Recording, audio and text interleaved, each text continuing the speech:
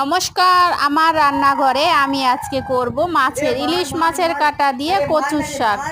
আমার সামনে ভীষণ পাশের বাড়িতে খুব ঝগড়া লাগছে, তাই ভয়েসটা আমার খুব খারাপ হচ্ছে।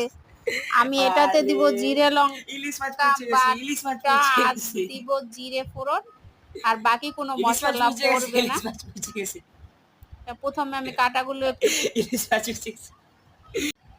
মাছের কাটাগুলো আমি ভালো করে ভেজে নেব, তারপরে দিয়ে দিব আমি জিরে আর কাঁচা লঙ্কা পেস্ট, এটার মধ্যে দিয়ে দিব নুন আর হলুদ।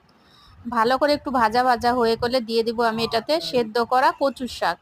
এটা হলো শোলা কচুর শাক, এটা আমি ভালো করে আগে থেকে সেদ্ধ করে নিয়ে নিয়েছি। আর দিব সামান্য 1-2 দানা চিনি, কেউ ইচ্ছে করলে দিতেও পারে আবার নাও পারে। এটাই ছিল আমার আজকের রেসিপি, তোমরাও রান্না করে দেখবে, খুব টেস্ট হয় ইলিশ মাছের কাটা।